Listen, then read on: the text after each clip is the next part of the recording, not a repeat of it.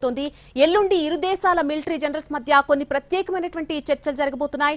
ఆ చర్చల తర్వాత తదుపరి మాట్లాడే అవకాశం ఉంటుందంటూ కూడా ఆయన ఒక అధికారిక ప్రకటన వెలువరించినటువంటి మనం చూస్తున్నాం. అయితే బోర్డర్స్ దగ్గర ఎటువంటి పరిస్థితులు నెలకొన్నాయి ప్రస్తుతం మనం తెలుసుకుందాం. ప్రస్తుతం జమ్మూ దగ్గర నుంచి పూర్తి అప్డేట్స్ అందించడానికి బోర్డర్ దగ్గర నుంచి మా ప్రతినిధి రాజు లైవ్ లోకి అందుబాటులోకి వస్తున్నారు.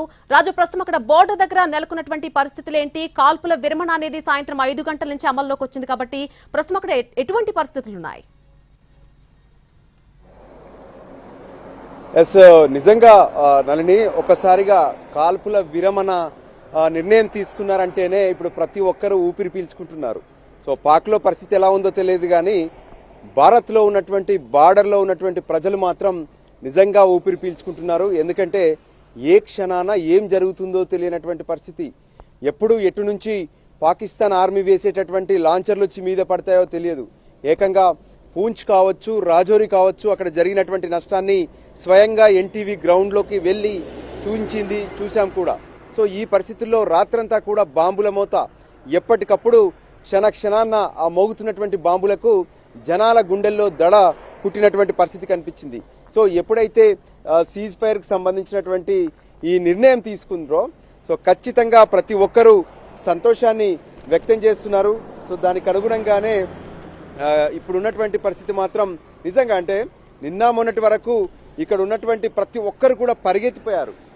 ఆ పరిస్థితుల్లో ఏ విధంగానైతే ఇప్పుడు చూస్తూ ఉంటే పొట్ట చేత పట్టుకొని ఇక్కడ పనులు చేసేందుకు వచ్చినటువంటి వాళ్ళు కానీ లేదంటే ఇతర పనుల కోసం వచ్చినటువంటి వాళ్ళు కానీ టెన్షన్ పడుతూ ఎక్కడి వాళ్ళు అక్కడ తమ స్వంత గ్రామాలకు వెళ్ళిపోవాలంటూ హడావిడిగా పరిగెత్తారు. ఫ్లైట్స్ అన్ని కూడా ఆపేశారు. మరోపక్క రైళ్లలో నిండిపోయారు. వెహికల్స్ దొరకనటువంటి పరిస్థితి. కవరేజ్లో భాగంగా నేను పూంచ్ అండ్ రాజౌరికి వెళ్తేనే అక్కడ డ్రైవర్స్ అయితే మేము ఇక్కడ ఉండలేము, వెళ్ళిపోతామంటూ వాళ్ళు వెళ్ళిపోయినటువంటి పరిస్థితి కూడా కనిపించింది. సో ఈ పరిస్థితుల్లో ఇప్పుడు మాత్రం నిజంగా ఇది పెద్ద రిలీఫ్ అని చెప్పుకోవచ్చు బార్డర్లో. ఎందుకంటే ఆ పైన ఉన్నటువంటి పాకిస్తాన్ రేంజర్స్ కింద లోతట్టు ప్రాంతంలో ఉన్నటువంటి ప్రజలను టార్గెట్ చేసినటువంటి పరిస్థితి కనిపించింది. సో దానికి అనుగుణంగానే ఇక్కడ ఉన్నటువంటి స్థానికులతో కూడా ప్రయత్నం చేద్దాం. సో आपने बताइए, अभी सरकार ने सीज फायर के लिए वादा दिया, इसी बारे में आप क्या कह सकते हैं? हम सर बहुत खुश हैं इसमें, सरकार ने वादा दिया सीज फायर का, हम सर इसमें बहुत खुश हैं, इसमें हम बहुत खुश हैं सर। मतलब इससे 3 दिन से तो आप देख रही है कैसे हम डर के माहौल में चल रहे थे सर, रात भर हम डर के माहौल से बहुत धमाके हो रहे थे सर। इसमें हम बहुत खुश हैं, सरकार ने वादा किया सीज फायर का, ये बहुत खुशी की बात है हमारे लिए सर। आप देखा था अड़ोस पड़ोस वाला का क्या हाल है? बहुत बुरा हाल है सर, बहुत बुरा हाल है। सारे मकान गिर गए, सारे गिर गए, बहुत बुरा हाल है सर। पता नहीं रात को गोले कहाँ से आ रहे हैं सर, पता नहीं चल रहा है सर। बहुत डर के माहौल में जी रहे हैं हम सर। రైట్, నిజంగా అంటే స్థానికులు కూడా చెప్తున్నారు ఏ విధంగానైతే ఇక్కడ ఉన్నటువంటి పరిస్థితులను, ఏ క్షణాన ఏం జరుగుతుంది, ఎక్కడి నుంచి పాకిస్తాన్ ఆర్మీ వేసేటటువంటి ఆ పిడుగులు వచ్చి తమ మీద పడతాయి అనేది కూడా టెన్షన్ పడ్డటువంటి పరిస్థితి కనిపించింది. తమ సొంత గ్రామాలను, సొంత ఊళ్ళను వదిలిపెట్టి వెనక్కి వెళ్ళిపోయారు. కానీ ఇప్పుడు ఒక్కసారిగా వీళ్ళందరూ రిలీఫ్ అవుతున్నారు. నిజంగా అంటే ఇదంతా నిజంగా ఉంటుందా? మరి ఆ మాట మీద పాకిస్తాన్ ఉంటుందా? ఈ రాత్రంతా మనకు చుట్టూ ఉన్నటువంటి ఈ పాకిస్తాన్ నుంచి కనిపించేటటువంటి కొండల నుంచి ఎటువంటి దాడులు లేకపోతే నిజంగా ప్రశాంతంగా ఉన్నట్టే. కానీ ఒకవేళ దాడులు కనుక ప్రారంభమైతే మాత్రం మళ్ళీ టెన్షన్ పరిస్థితులే ఉంటాయి.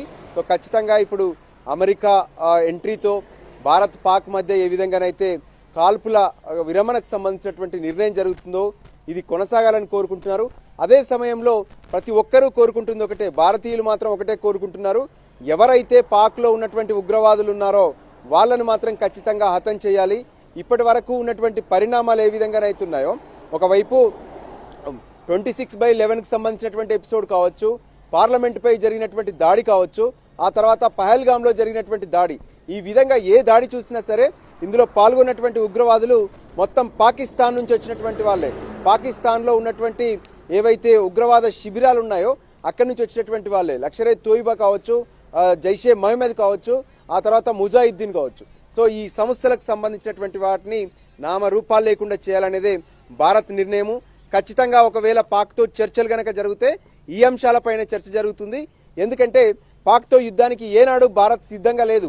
కానీ అక్కడ ఉన్నటువంటి ఉగ్రవాదాన్ని ఖచ్చితంగా అంతం చేయాలనేదే భారత్ లక్ష్యం. అందులో భాగంగానే ఆపరేషన్ సింధూర్ సక్సెస్ చేశారు. 9 ఉగ్ర స్థావరాలపైన దాడి చేశారు. ఇప్పుడు పాక్ ఆర్మీ సాధారణ ప్రజల పైన దాడి చేసినటువంటి పరిస్థితి ఉంది. నిజంగా ఒకవేళ ఈ సీజ్ ఫైర్ కనుక కొనసాగితే ఖచ్చితంగా బాగుంటుందని చెప్తున్నారు. సో అదే సమయంలో ఈ రాత్రి కనుక ఎక్కడా ఎటువంటి దాడులు జరగకపోతే ఇక ప్రజలంతా ప్రశాంతంగా ఊపిరి పీల్చుకుంటారు. ముఖ్యంగా జమ్మూ కాశ్మీర్లో ఉన్నటువంటి పాక్ రేంజ్కు దగ్గరగా ఉన్నటువంటి ప్రాంతాలుగా పూంచ్ కావచ్చు, రాజౌరి కావచ్చు, కుప్వారా, ఊరి ఇటువంటి పట్టణాలు మొత్తం కూడా ఊపిరి పీల్చుకుంటాయి. కానీ ఇప్పటికే ఎంతో మంది సాధారణ ప్రజలందరూ కూడా మరణించారు.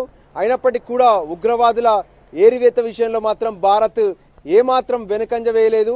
ఒకవైపు 9 ఉగ్రవాద స్థావరాల్లో ఉన్నటువంటి ఉగ్రవాదులను అక్కడ మట్టుపెట్టడమే కాకుండా మరోవైపు ఏ రకంగానైతే ఇతర ప్రాంతాల్లో అంటే రావుల్పిండి కావచ్చు, ఏదైతే ఇస్లామాబాద్ కావచ్చు, మరోవైపు లాహోర్ కావచ్చు, ఇటువంటి ప్రాంతాల్లో కూడా మిసైల్స్తో దాడి చేసి అక్కడ ఉన్నటువంటి ఎయిర్ సిస్టమ్ను మొత్తం కూడా నాశనం చేశారు.